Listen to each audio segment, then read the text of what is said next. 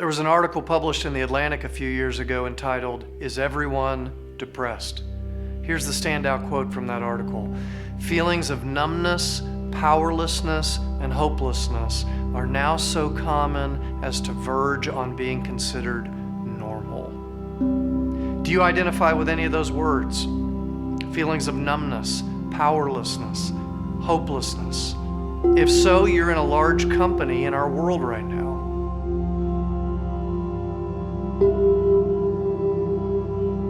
My name's Joe, and I'm a licensed mental health counselor and also an ordained Christian minister.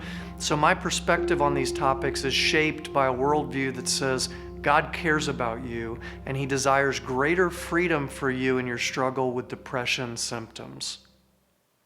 The APA, American Psychiatric Association, defines depression as extreme sadness or despair that lasts more than days. It interferes with the activities of daily life and can cause physical symptoms such as pain, weight loss or gain, sleeping pattern disruptions, or lack of energy. Now you may say, "Joe, I've been really sad. Does that mean that I've been depressed?" No. Sadness is a part of life in this world. This world is filled with loneliness and infertility, divorce, chronic illness, death. There's a lot to be sad about in this world. Healthy people bleed when they're cut. Healthy people feel sad about sad things. So depression is not sadness. However, what we might say is depression is when sadness takes the wheel. Depression is when sadness takes the wheel of your life and drives you to a town called hopelessness, and you feel stuck there.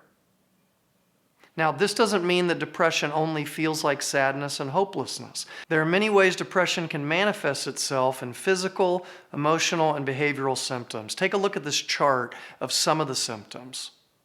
So in the emotion column, we've got sadness, we've got feelings of hopelessness, we've got despair, anger, irritability, guilt, helplessness.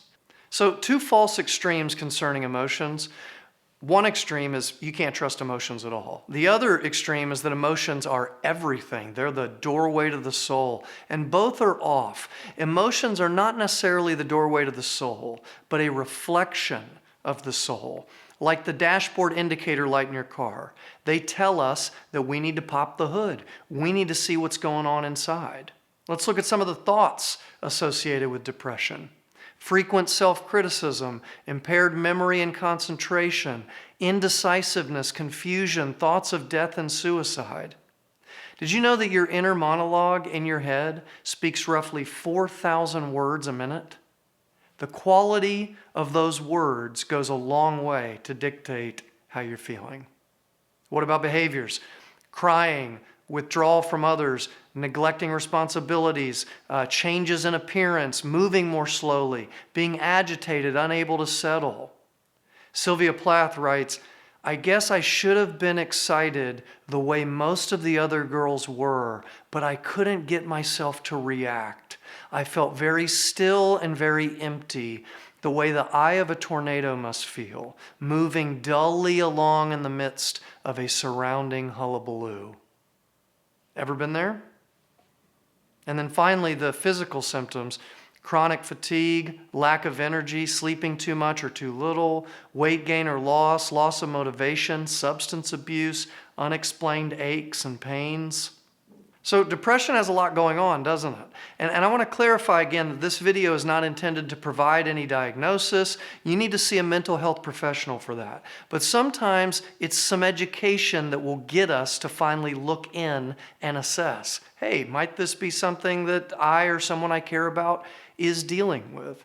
In the next video, I'll dive into some of the major causes of depressive symptoms. But for now, let me remind you of a few key truths, and I'm going to wear both my counselor and my minister hat for this. Here's the first. You are not alone.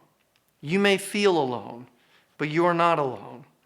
The World Health Organization identifies depression as one of the biggest and most debilitating diseases in the world. In any given year, 1/10 of the adult population lives with clinical depression.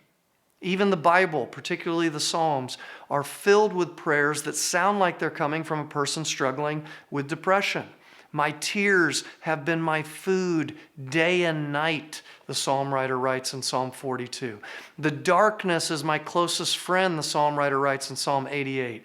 How long must I take counsel in my soul and have sorrow in my heart all the day? Psalm 13:2. You are very much not alone. You are deeply loved. That's the second piece. There is someone, even if you're not aware of it, who loves you deeply. You do not have to face this alone. And there is one who loves you the most. For greater love has no man than this, that he lay down his life for his friends. And the one who spoke that, Jesus, did that for you. And then the third thing is, it's all going to be okay. Now, I don't know when, I don't know how, but I know a God who keeps his promises. Not in my timing, unfortunately. That's one of the things that really drives me crazy about him. But he is a promise keeper. And he promises a day when he personally will wipe away your tears. And he promises that in the meantime, he collects them in a bottle. He knows each one. And in the suffering Savior, he actually mixes his own with yours. So whatever level of sorrow you're carrying today, hang in. Morning is coming. See you in the next video.